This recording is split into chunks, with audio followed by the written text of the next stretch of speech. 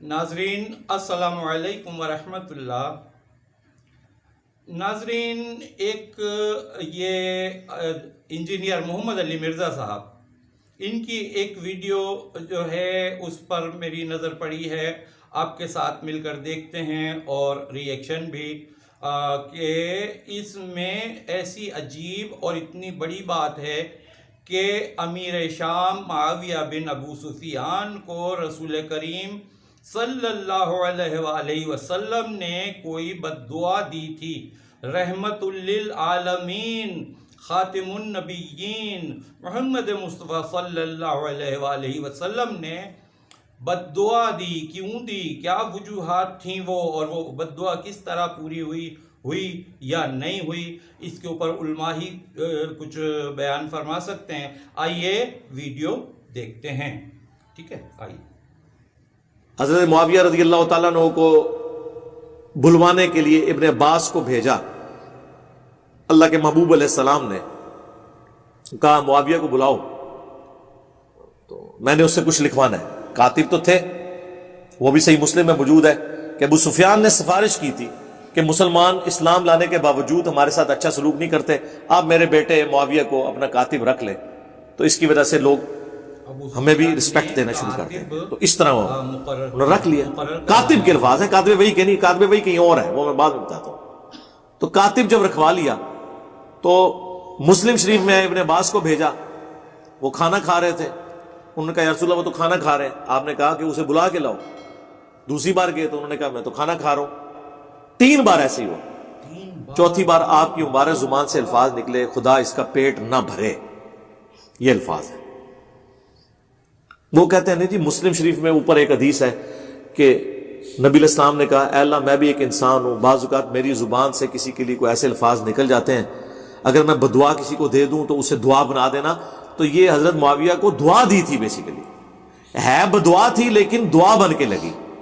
ہم کہتے ہیں وہ حدیث آپ ذرا غور سے پڑھیں، اس حدیث میں الفاظ ہیں کہ اے اللہ میں اگر کسی کے بارے میں ایسی بات کر دوں اور وہ اس کا اہل نہ ہو، ورنہ تو حضور کی ساری دی ہوئی بدوائیں دعائیں بن جائیں گی، پھر تو حضور کو بدعا دینی ہی نہیں چاہیے۔ یہ دعا تھی یا بد دعا تھی؟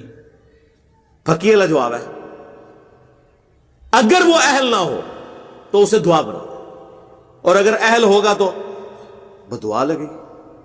تو ہم محدثین سے پوچھ لیتے ہیں کہ یہ کیا تھا۔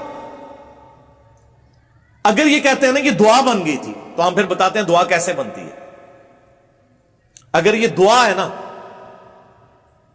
تو صحیح بخاری میں موجود ہے، انس بن مالک کہتے ہیں مجھے نبی علیہ السلام نے دعا دی تھی کہ تیری اولاد کثرت سے ہو، میں 100 سے زیادہ اپنی اولاد میں سے لوگ دفن کر چکا ہوں، 120 سال کی عمر میں فوت ہوئے آلموسٹ۔ یہ دعا ہے، تو یہ دعا نظر آ گئی نا کثرت اولاد کی۔ تو اتنی کثرت سے ہوئی کہ 100 زیادہ دفنائے ہیں، تو اور بچے کتنے ہوں گے؟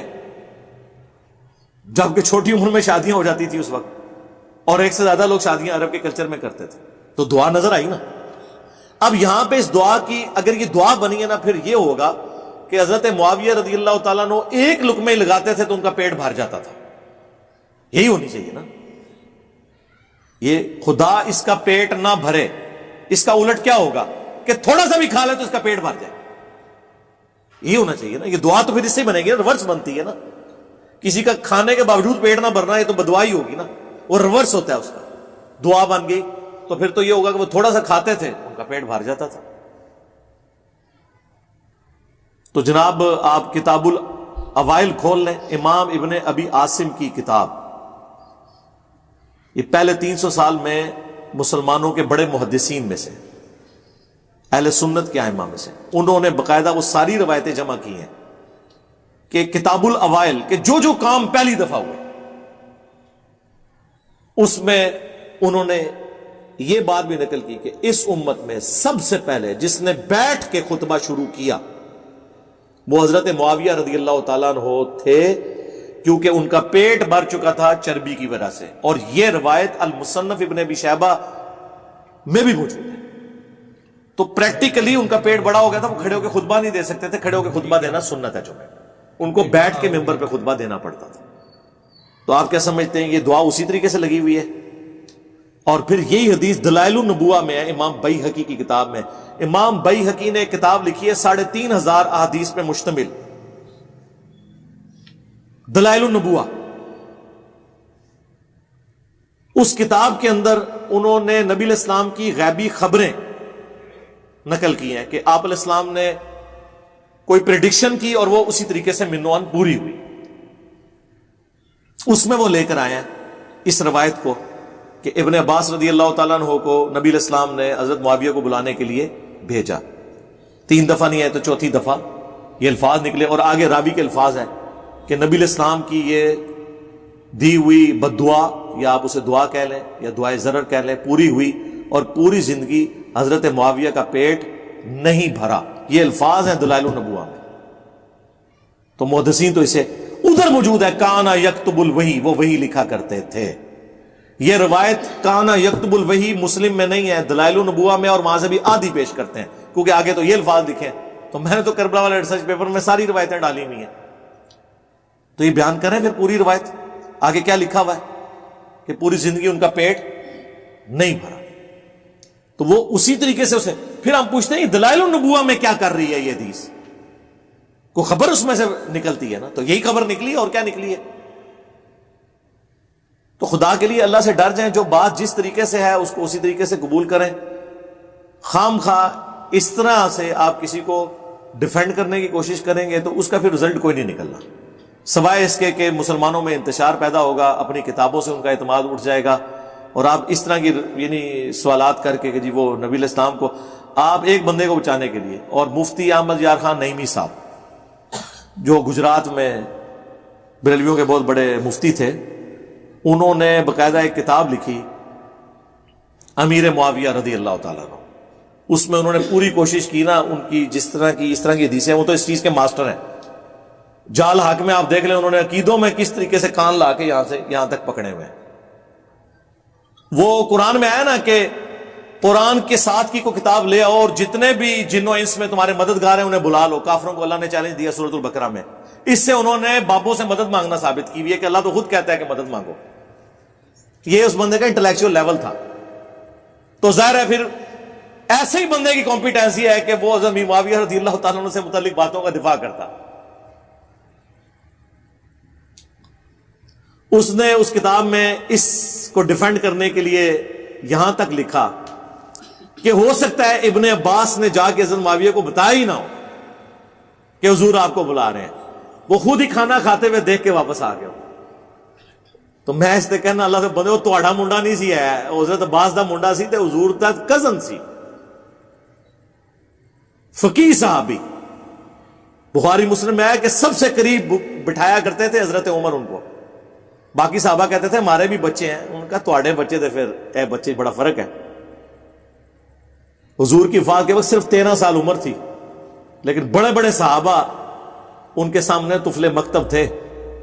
ظاہر ہے دعا تھی کہ اللہ ابن عباس کو قرآن کا علم عطا فرما. صحیح بخاری میں نبی علیہ السلام کی قرآن کے علم کے بارے میں ان کے لیے دعا ہے.